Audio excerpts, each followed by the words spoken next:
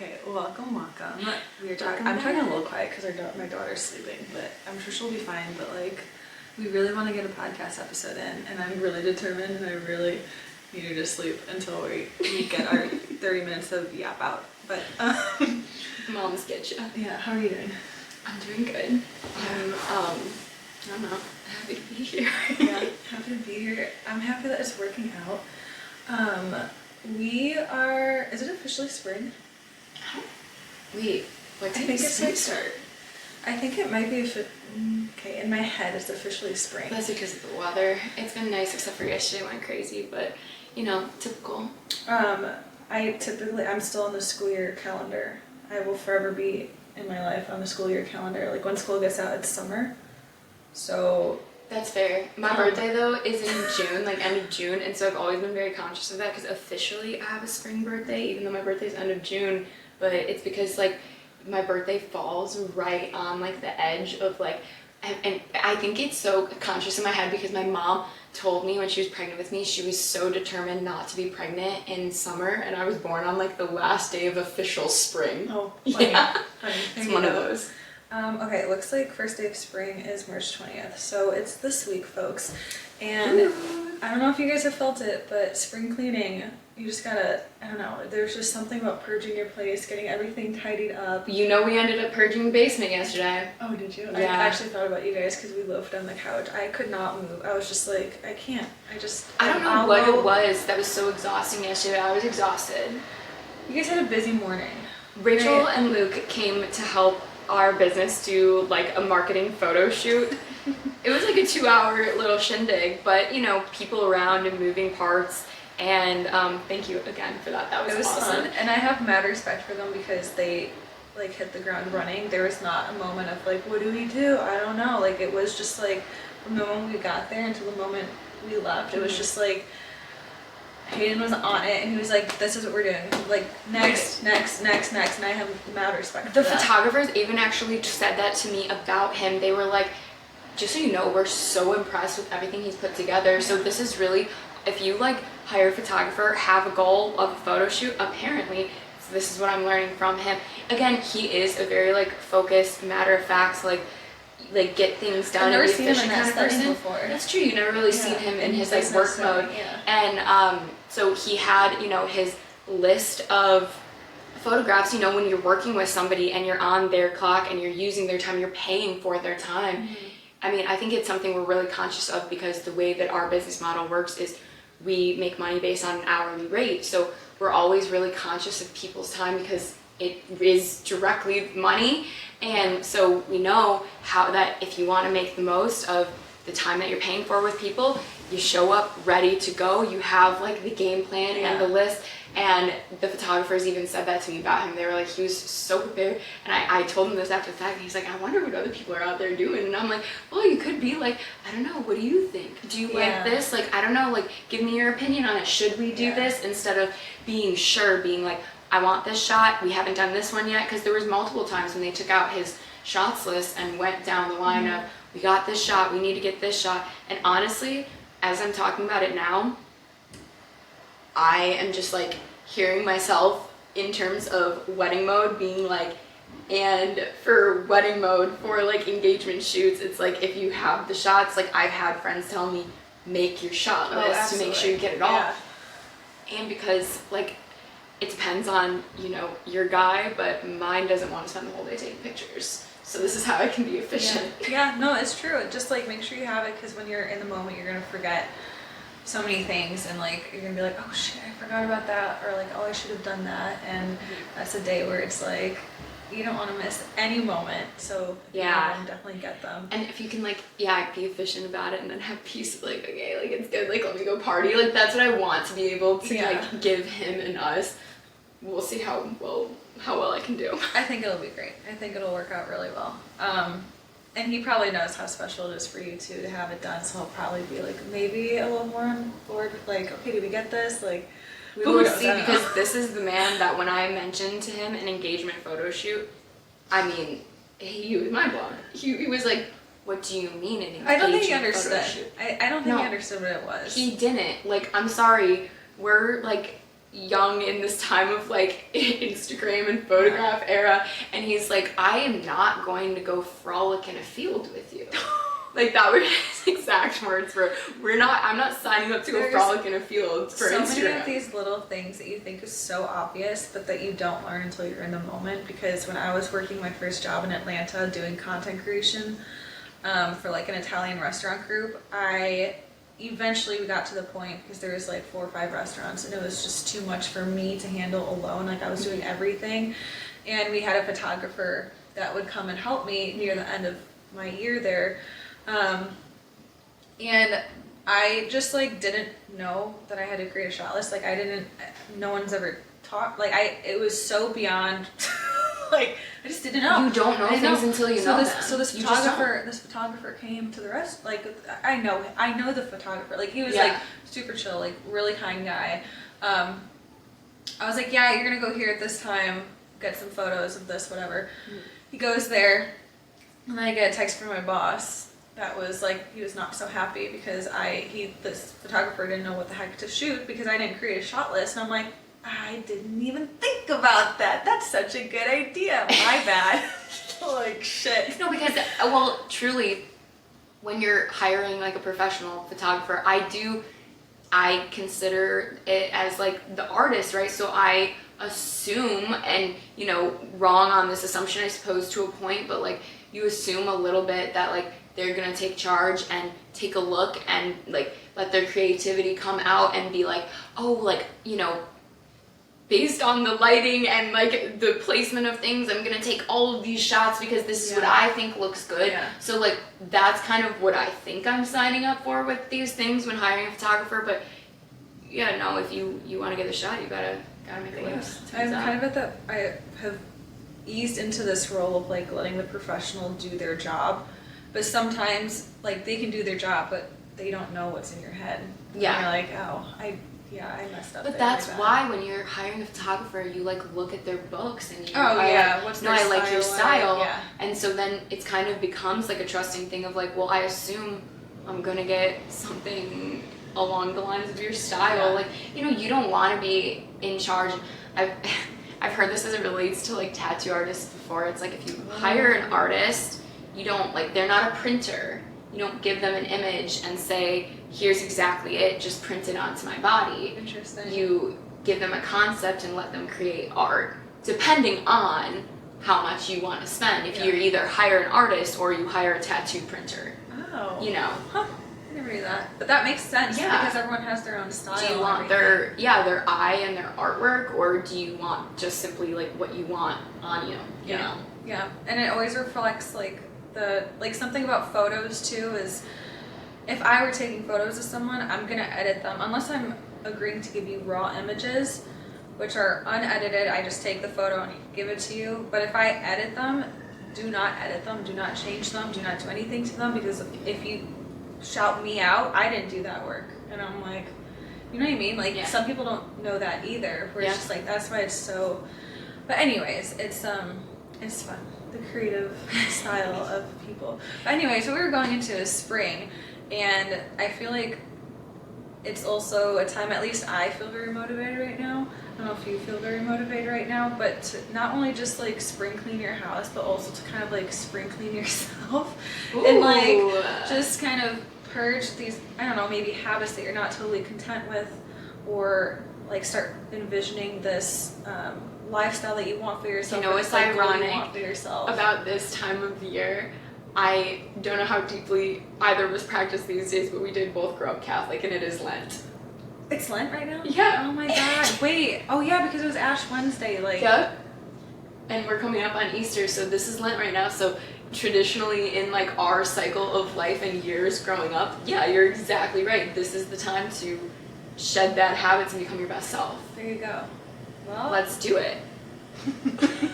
I guess we're not very good Catholics at the moment, but you know what? Yeah, I wouldn't really call myself like devout practicing. No, I'm not either. But the sentiment is there. The idea is there. And that's what's cool about some of those things is like you can still take like these good practices and still apply them. Yeah. No, it it's have true. To be specific. Yeah, it depends how you kind of want to define what the rules are, in a sense. It's like, okay, how specific do you want to go? Like, Yeah. is it rule by, like, word for word, this is what you have to do? Or is it, like, the concept of, like, okay, acknowledge and be conscious of maybe giving something up that isn't doing you so well, or that you need to, I don't know, maybe realize how much you're using, or whatever, doing something. Are you, what, like, in your train of thought, are you, like, giving up or shedding from your life right now? Like, have you gone down that path of, like, what that would be for you? Yes, but here's the thing is, and this isn't an excuse not to do anything, but I'm pregnant right now. Yeah. And so there is an element of me just kind of not, like for instance, like something I do want to do is a heavy metal detox cleanse, because we do encounter heavy metals in a lot of different ways in our lives, and there's a lot of things that you cannot avoid. It's not to be paranoid by everything, but there's a lot of things that we cannot avoid just by living in the world that we live in now. Has this come from, like, the realization that we all need to do a parasite cleanse? Because I think I'm on day 10 of my parasite cleanse, by the way. It has not. It's definitely been something that, like, I used to do some, like, methods of, like, a morning cleanse of, like, lemon water, celery juice, heavy metal detox smoothie. This is from Medical Medium. This is from Anthony Williams, and I personally have been helped a ton by his work and, like, what he's done, or, like, what he's shared with the world. And it's just honestly using foods and like, I guess, like, tackling your mental state, which is my biggest challenge. Like, I think tackling your mental state, like meditation, like really changing, like, your train of thought is going to be my biggest challenge. But there was a time in my life where I was really sick and doctors didn't know what was going on, and his book was the only thing that said, like, if these are your symptoms, like, here's what's going on, here's what we'll test if you go to the hospital and get tested, but they're not going to know that it's related to this, like, disease or whatever it may be. And everything he said was exactly right. Like, with my test, what the doctor said, it's Cleanse to Heal by Anthony Williams. It's controversial because he gets his information from spirit. Take what you want from it. I don't necessarily like the tone that he uses when he's talking on, like, camera, and, like, how he sometimes presents his information. However, it's literally food. So try it, and if it works, it works. He's healed plenty of people with, like, chronic disease. So okay, so you were talking about, like, heavy metal detox. Yeah, so he talks a lot about heavy metals and how everyone has some level of toxicity in them. Yes. And it's just different for every person for, like, how much they have. And so I've done some of his stuff that's worked really well for me to heal me. And I want to, like, go back down this, like, I think just, like, doing, like, a proper cleanse for, like, yeah, for parasites, for heavy metal detox, I had, like, cold urticaria, which is, like, an allergic reaction to literally the cold where you break out in hives. Like, these are all related to... Yeah, I have that on certain... I've had such dry hands. Like, I'm like, is this, like, what's happening? Yeah, and so it's, like, there's some stuff that I need, like, I want to have, like, be more invasive with, but because I'm pregnant, I'm not, like, doing this full... Right. Like, detox. Well, can you give an example, you know, for people who've never heard of heavy metal detox, like, some examples of, you know, like we said, we all have some different forms of heavy metals in our systems because of the way that our society functions. Yeah. Like, can you give some examples of what are ways that we, you know, get heavy metals into our bodies? It could be food. They could be in your food, depending what quality of food you're getting, for instance. Like, sometimes it can be in certain... I think, like, pork and, like, certain meats it can be in, depending, again, like, the quality. It can be probably just, like, or, like, tuna and stuff, or, like, if you have... And when we're talking about, like, heavy metals, like, obviously you hear tuna, you think, like, mercury and stuff. Yeah. But, like, so, like, that's really what we're kind of talking about, or are there other examples of heavy metals? I'm trying to find my phone to, like, get it to be more exact. Copper is a really intense one. And these are all things that traditionally... not amazing to have be part of your systems and your, like, health. No, and it changes, like, it can change, like, a whole lot of things that you might not even realize are becoming, okay, so, like, lead, mercury, arsenic, cadmium, a lot of these, like, affect your, like, brain function, or, like, your kidneys and livers and stuff. And you might not realize it now, but if you've noticed a lot more chronic disease happening in way younger people than, for instance, like when our parents were kids. And that's just like, I think it honestly just comes from like daily exposure of like quality of food, quality of water.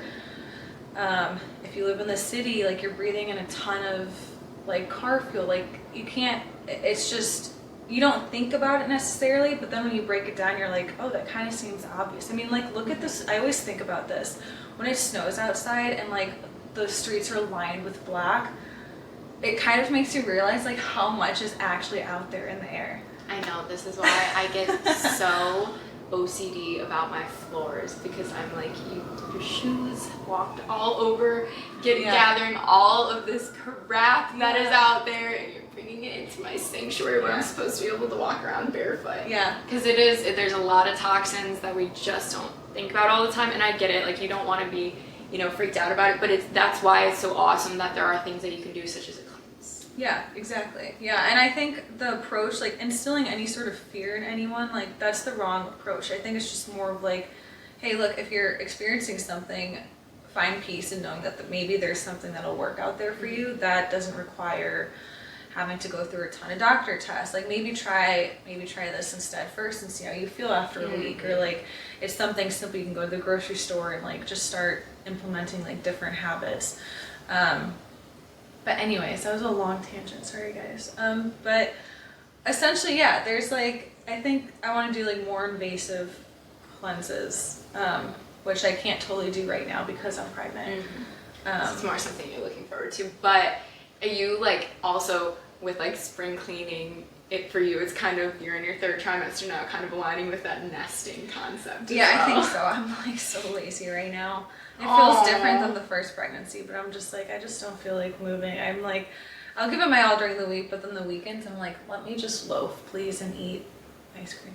See, wait, you can be serious, but then also I'm literally what I did yesterday. So we had pizza at this photo shoot. Everyone goes home, and I'm like, I am spent. Like I didn't even do much at this photo shoot at all. I was not like any of the models, and I was not like in charge of anything. I just had to get pizza. And I was so tired when we got home, and Hayden wanted to be so productive, and I literally paused and I was like, look, if we want to be productive, I think I'm gonna need a sugar spike, so we should go get ice cream. Yeah, there's like, I don't know, there's a balance with everything. I'm thankfully at a point where I'm not so OCD with what I eat, but because majority of what we eat is like really, I would say good quality. We just recently, well actually we'll do this. Like what are some things, like what are 2 things off top of your head that you've done recently that you think have been like improving your lifestyle, or that you want to like explore more of or do more of going into this spring season?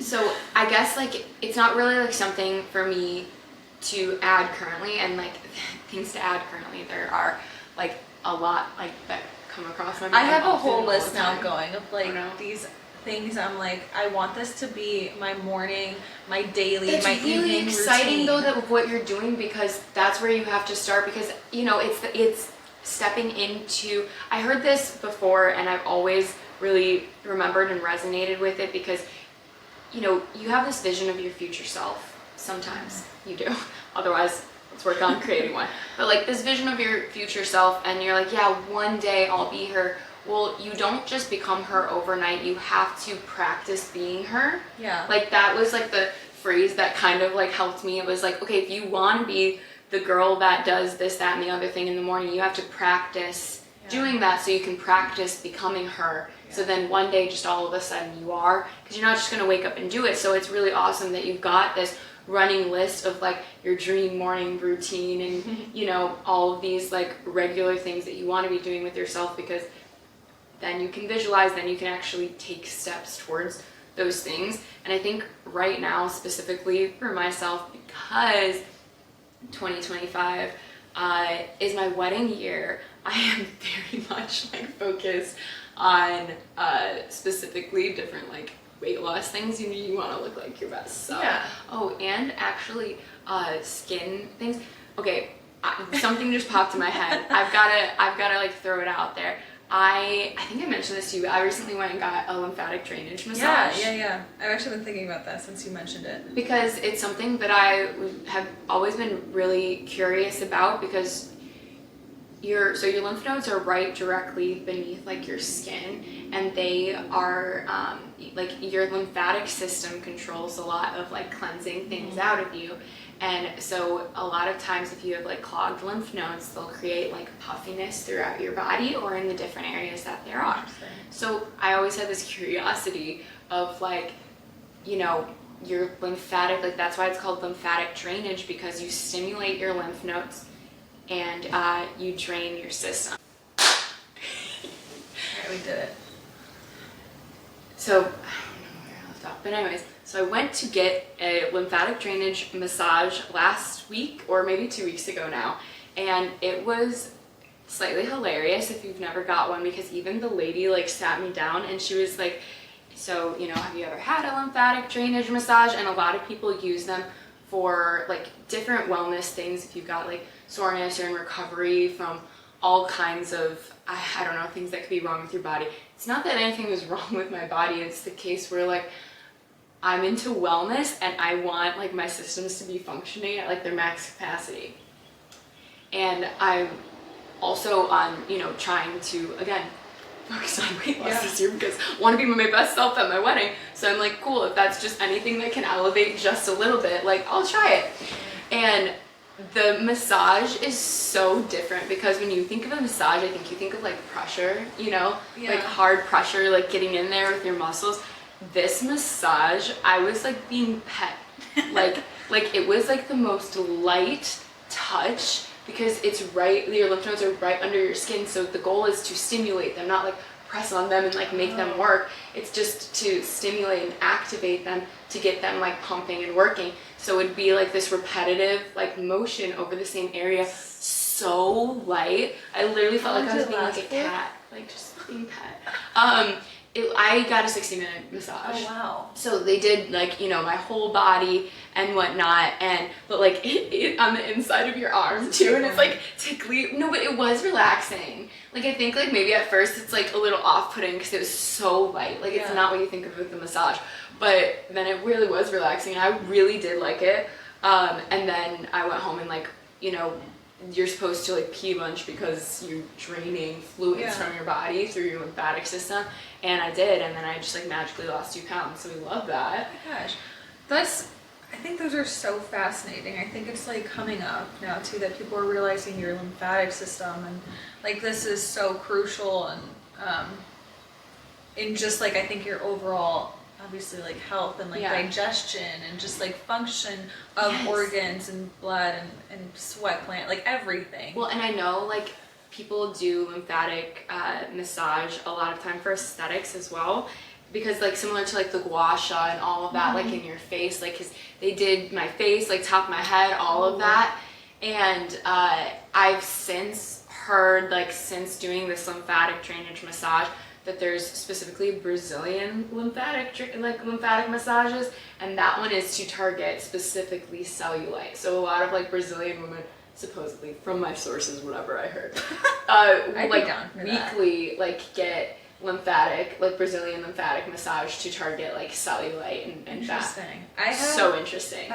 I need to like look into this more, because I have like terrible spider veins, and like I'm starting to get some varicose veins or whatever, and this has been, and I feel like the body of a 70-year-old woman. Oh my gosh. And I've had it since I was like 6 years old, and like if I show you this, like you'll be like, oh shit, like there's something there. I know you can get them fixed, but I'm just like, the way that they fix this seems so abrasive and like invasive and like brutal. I'm not like that insecure about it, but I'm definitely like noticing it more. Like it's not from my pregnancy, that's the thing. A lot of people are like, oh, it comes with pregnancy, but I'm like, no, these have been here since like before I was pregnant. And maybe it's because I like did a lot of like impact sports, like gymnastics and then track and like running, and that's like supposed to be like really not helping. Doesn't like varicose veins and whatnot, that does have to do with your circulation, correct?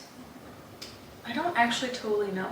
Okay. I should probably... Well, I will say though that I do have another friend who's young in her 20s who has like a similar issue in her legs, and that it's something that she's pretty conscious of. And I when I was abroad in Morocco, I went to like this like wellness, like all kinds of like herbs and teas and like African medicine kind of a deal, which African mud masks unmatched, love. But actually, so I kind of like was learning a lot when I was in Morocco, and a really big thing when I was talking to this like herbalist was when it comes to veins and especially varicose veins, saffron tea. Saffron is like your homeopathic version for working on that, and saffron is magically very expensive to get here. So it is expensive. It's pricey. See it at the store. Yeah, but brewing saffron tea, I don't have that issue. I haven't tried it. Call it woo-woo. I wouldn't know, but I'm it's here for the woo stuff because you know it. what? It doesn't freaking harm you. There's not really side effects. There's not really setbacks with like eliminating dairy and like having a green juice instead. Like, what's the setback? I don't know. Maybe you fart less. Like, it's not that big of a deal. Like, or maybe or maybe you miss your milk. Like, the hard thing is though is like, yeah, you hear things like that, and then that's the hardest thing on this like wellness train, because you'll constantly hear contradicting things, and it is so difficult to keep up with, because yeah, you say that about dairy, and then recently, have you heard of fatty 15 and all of these like longevity cells that they've been finding, and they found it actually, really long story here, but long story short, there is a cell protein, whatever kind of substance found that has direct correlation with our longevity as a species, but having more of it means that you'll have a longer life. It has to be raw then. It can't be like the it is found in dairy products most oftenly. So when you cut out dairy or have limited dairy, you're also getting limited of fatty 15. And so these are like the good fats when you talk about it. So you know what? And that's why Sardinia, a blue zone region, where I want to visit. Where they talk about blue zones are areas where the highest concentration of centenarians, or people who live to be over 100, live. And Sardinia is known for making pecorino cheese. However, you have to point out that the regulations in Europe are so different than the regulations in the US, because the cheese I was eating when I was in France was most certainly not freaking pasteurized, and it did not affect me. And we're buying the stuff here, like the dairy I had there versus the dairy that I'm having here, completely, like I've had to cut it out because my stomach is so messed up. And it's twice I leave the country. You get messed up from dairy? I don't know what it is. I think it's like specifically this milk and cream that I'm using. And I don't know, I personally really, really want to try raw milk, like little doses of it. Haven't you had raw milk before? I've tried it from a friend, but like it's not technically legal here in the States, so having to find it is... I have a farmer.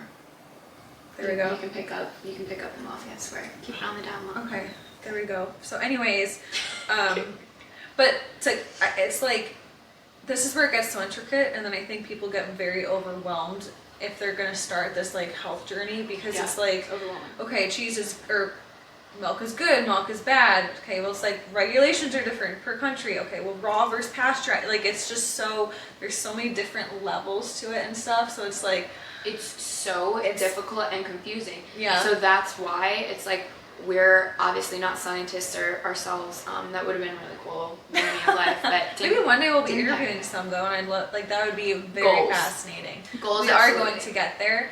Yeah, we are. It's just a matter of time. So for now, what we can talk about though is like our personal experience, and it's funny that you talk about milk, dairy, whatnot, because I feel like I'm somebody who grew up very heavily drinking dairy. I mean, my family was the ones where like with whatever we were eating for dinner, it also came with a tall glass of milk. Like we were that family.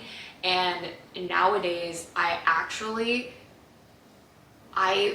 don't eat a whole lot of dairy in my regular, when I'm cooking for myself. Like if I'm cooking, ground beef and veggies, I don't actually go and sprinkle cheese on top or anything.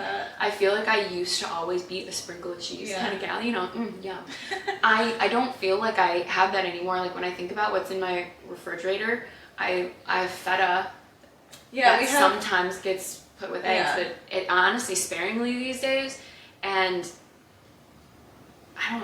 I do have like some slices of provolone because I like to do a little meat and cheese roll as a little protein snack, but that's it. I don't eat a lot of cheese anymore. And Yeah. I used to eat a lot of cheese. I used to eat a lot of dairy too, but that explains why I had like some serious skin problems, for me at least, as well. Once I started to eliminate some of the things, it like my acne Have started you to ever done like go away. Whole30 or one of those elimination specific diets? No, not in that sense, Yeah. because I just have, well, what has worked for me is following the medical medium kind of like cleanse type stuff, because I was trying to address a specific problem, and that's what's worked best for me, which is, you guys can look it up and stuff, but it's very contradictory to what's trending right now, which is like high fat, high protein, medical medium. It's like no fat. It's just like, let's eliminate fat for now and get a lot more like natural carbohydrates, like fruits and things of that like nature, like sweet potatoes, things like that, so that it can like heal the cells again. Sweet potatoes, Look at it. longevity food. Yeah, I think so too. But that's why it's like you're gonna have to figure out what works best for you, because right now I like crave red meat, and like having a high quality piece of red meat. Isn't that with, common like, in pregnancy though, a little bit, because of like it the might iron? be. It might be, and this is where it's like where I think I've transitioned so much, but I'm also in a position where I don't have to worry about having to heal something that is going wrong in my body at the moment. So it's given me a lot of peace of knowing like, okay, well, I'm not dealing with like intense acne problems. I'm not dealing with a chronic disease right now. So it's taken a lot of pressure away to feel that I have to follow this specific diet to help myself.